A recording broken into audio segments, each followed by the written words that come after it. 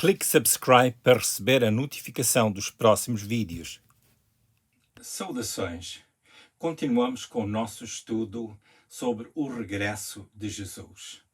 Há vários aspectos que nós temos considerado sobre este mesmo tópico e hoje gostaria de dar uma outra perspectiva ligada à longanimidade de Deus. Começo com a pergunta: será que a longanimidade de Deus representa um adiamento do julgamento? Nós vimos que, ligado à vinda do Senhor, há duas mensagens que é importante conhecer. Na Bíblia lemos que, ligado à vinda do Senhor, está o julgamento de Deus sobre os ímpios. Enquanto para a Igreja a vinda de Jesus significa a transição mediante a qual passamos a estar com o Senhor, para os ímpios a mensagem da vinda do Senhor representa o começo ou implica o começo do julgamento. Neste ponto há muito que merece ser biblicamente investigado, porém não vamos fazê-lo agora. Por agora, compreendamos que a vinda do Senhor para os discípulos de Jesus significa a realização das gloriosas promessas. Mas para quem rejeita Jesus e a sua salvação, a mesma vinda do Senhor significa o começo de um tempo terrível de padecimento. Para a Igreja, a vinda do Senhor é o cumprimento das bênçãos, mas para os ímpios, este mesmo acontecimento é a causa de grande abalo. O apóstolo Pedro, no seu ensino e sobre o qual este tópico de estudo, o regresso de Jesus, é um estudo, ele comenta sobre a longanimidade de Deus, que quer que todos venham ao arrependimento.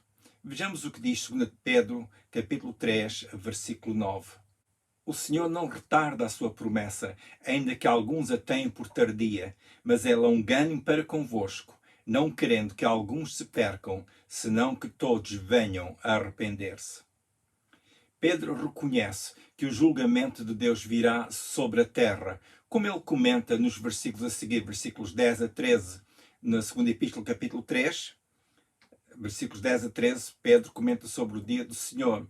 Por este texto compreendemos que Pedro reconhece que a longanimidade do Senhor é a forma de Deus dizer que está a dar tempo ao ser humano e esperando que as pessoas se arrependam. A minha consideração sobre este assunto é que, ligado intimamente à longanimidade de Deus e no contexto do cumprimento da promessa da vinda do Senhor, há uma outra razão pela qual a promessa do Senhor ainda não se cumpriu. A longanimidade de Deus diz-nos que Deus é misericordioso e paciente para com o pecador e, segundo o que nos diz Romanos 2, 4 e 2 Pedro 3, 9, esta característica de Deus o leva a esperar pelo arrependimento do pecador. Mas eu creio que há uma outra realidade em que se deve refletir. E esta é a realidade que o Senhor contempla e que o faz adiar este acontecimento de grande impacto sobre este mundo. E é sobre esta realidade que quero aqui refletir. Esta realidade é o facto de que a Igreja tem permanecido diante de Deus em intercessão por aqueles que ainda não vieram a Deus em arrependimento. Nesta intercessão estão as orações dos discípulos de Jesus a favor dos seus familiares e a favor da comunidade em que convivem. Nesta intercessão estão as orações a favor dos que têm ido pelo mundo, levando a mensagem do Evangelho, conforme o mandato do Senhor, conforme nós lemos em Mateus 28, versículos 18 a 20. Vamos considerar algumas narrativas bíblicas e que nos ajudarão a compreender o grande significado da oração intercessora diante de Deus em face do julgamento divino. Nestas narrativas bíblicas iremos ver porque Deus adiou, respectivamente, os julgamentos declarados. Esta consideração teológica que faço aqui não é exaustiva, pois este assunto da vinda de Jesus é bastante amplo e contém diversos subtópicos que as Escrituras nos apresentam. Vejamos então alguns exemplos em que Deus adiou o seu plano. Consideremos o caso do rei Josias e o seu povo. Lemos em 2 de Reis, capítulo 22, que nos dias do rei Josias, enquanto faziam obras no templo, foi encontrado o livro da lei do Senhor. O livro foi lido diante do rei Josias, o qual ficou profundamente perturbado. No livro da lei de Deus estava escrito sobre os castigos que viriam ao povo se provocassem ao Senhor. O rei compreendeu a gravidade do assunto e, sabendo que a sua nação era culpada diante de Deus, ele rasgou a sua roupa, demonstrando assim a sua humilhação diante de Deus. Ele então deu ordem a algumas pessoas que estavam aí com ele para que fossem consultar a profetisa Hulda sobre este assunto. Vejamos quais foram as palavras da profetisa. Lemos em 2 de Reis, capítulo 22, versículos 15 a 20. 2 de Reis 22, 15 a 20. E ela lhes disse: Assim diz o Senhor, o Deus de Israel, dizei ao homem que vos enviou a mim.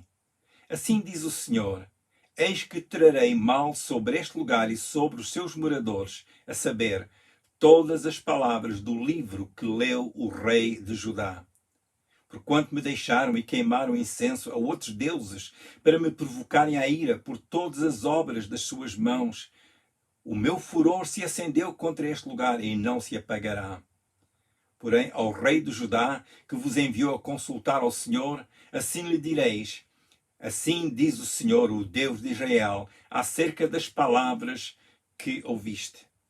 Porque quando o teu coração se enterneceu e te humilhaste perante o Senhor, quando ouviste o que falei contra este lugar e contra os seus moradores, que seriam para assolação e para maldição, e rasgaste as tuas vestes e choraste perante mim, também eu te ouvi, diz o Senhor.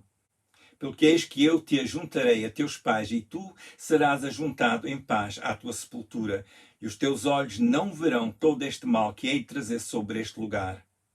Então tornaram a trazer ao rei a resposta. Neste texto vimos que viria julgamento de Deus sobre a nação. A razão, como nos mostra o texto, é que o povo tinha provocado ao Senhor. Para mais sobre os castigos referidos no livro da lei do Senhor, poderá ser lido o livro de Deuteronômio em vários capítulos, como 4, 29, 31, 32 e outras passagens, e que comentam a assolação que viria por causa da conduta intencional por parte do povo para com o pecado. O rei Josias compreendeu a seriedade da situação e ele buscou ao Senhor. Houve arrependimento e humilhação diante de Deus por causa do mal que tinham feito. Deus o ouviu e disse-lhe que o mal não viria nos seus dias, mas que viria mais tarde à nação.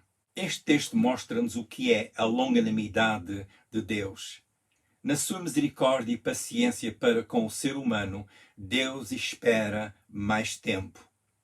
Neste exemplo, vimos como Deus aceita o arrependimento das pessoas. Esta narrativa, em 2 de Reis, capítulo 22, mostra-nos que Deus não tem ao culpado por inocente. Como nos diz Números 14, versículo 18. Notemos que o livro de Números faz parte da lei que Deus deu a Israel por intermédio de Moisés. Passa então a ler este versículo, Números capítulo 14, versículo 18. O Senhor é longânimo e grande em beneficência, que perdoa a iniquidade e a transgressão, que o culpado não tem por inocente, e visita a iniquidade dos pais sobre os filhos até à 3ª e 4ª geração. A longanimidade de Deus não diz que Deus deixa passar o mal. Antes, o que nos diz é que Deus espera pelo arrependimento do pecador. Deus dá tempo ao pecador que, ao reconhecer os seus erros, venha a Deus em arrependimento. Não é boa ideia pensar que o que Deus prometeu não venha a ser cumprido. Também não é bom pensar que, no contexto da justiça de Deus, que ele mantém a sua longanimidade por tempo eterno. Encontramos uma outra referência em que Deus não executou o seu julgamento numa situação de pecado grave. Lemos isto em Deuteronômio, capítulo 9. Neste capítulo, Moisés historiou sobre acontecimentos do passado e fez recordar ao seu povo como o Senhor os poupou. Moisés disse que ele intercedeu diante de Deus pelo povo que tinha pecado. Podemos ler em Deuteronômio 9:19. Deuteronômio capítulo 9, versículo 19, que diz: porque temi por causa da ira do furor com que o Senhor estava irado contra vós para vos destruir. Porém, ainda essa vez, o Senhor me ouviu. Moisés reconheceu que Deus ouviu a intercessão a favor do seu povo e assim não veio sobre o povo o julgamento de Deus. A intercessão de Moisés fez adiar o julgamento. Em Gênesis capítulo 18, lemos um outro exemplo de intercessão. Abraão esteve diante de Deus, intercedendo pelo povo de Sodoma e Gomorra. Deus disse que iria destruir aqueles lugares porque o pecado era tanto que Deus não quis tolerar mais o pecado. Mas Abraão intercedeu diante de Deus e perguntou a Deus se iria destruir o justo com os injustos. Havia realmente grande maldade naqueles lugares e Abraão intercedeu. Deus respondeu a Abraão dizendo que não iria destruir o justo com os injustos. O que nós vimos acontecer é que Ló e a sua família foram os únicos que saíram daqueles lugares, daquelas localidades. De forma sobrenatural, Deus interveio a favor deles. Deus ouviu a intercessão de Abraão. Ainda em Mateus capítulo 24, o capítulo onde o Senhor Jesus responde aos discípulos sobre a pergunta relacionada com o sinal da vinda de Jesus. Lemos em Mateus 24, versículo 20, neste discurso de Jesus, algo muito interessante. Mateus 24, versículo 20. E orai para que a vossa fuga não aconteça no inverno, nem no sábado. Nesta palavra de Jesus, vimos que a nossa oração pode muito em seus efeitos. Eu creio que o Senhor Jesus mostrou que os discípulos, pela sua participação nos assuntos do reino de Deus, são a causa de algo de grande significado acontecer no mundo. Ou seja, a igreja que ora pode ser a causa de algo de significado acontecer.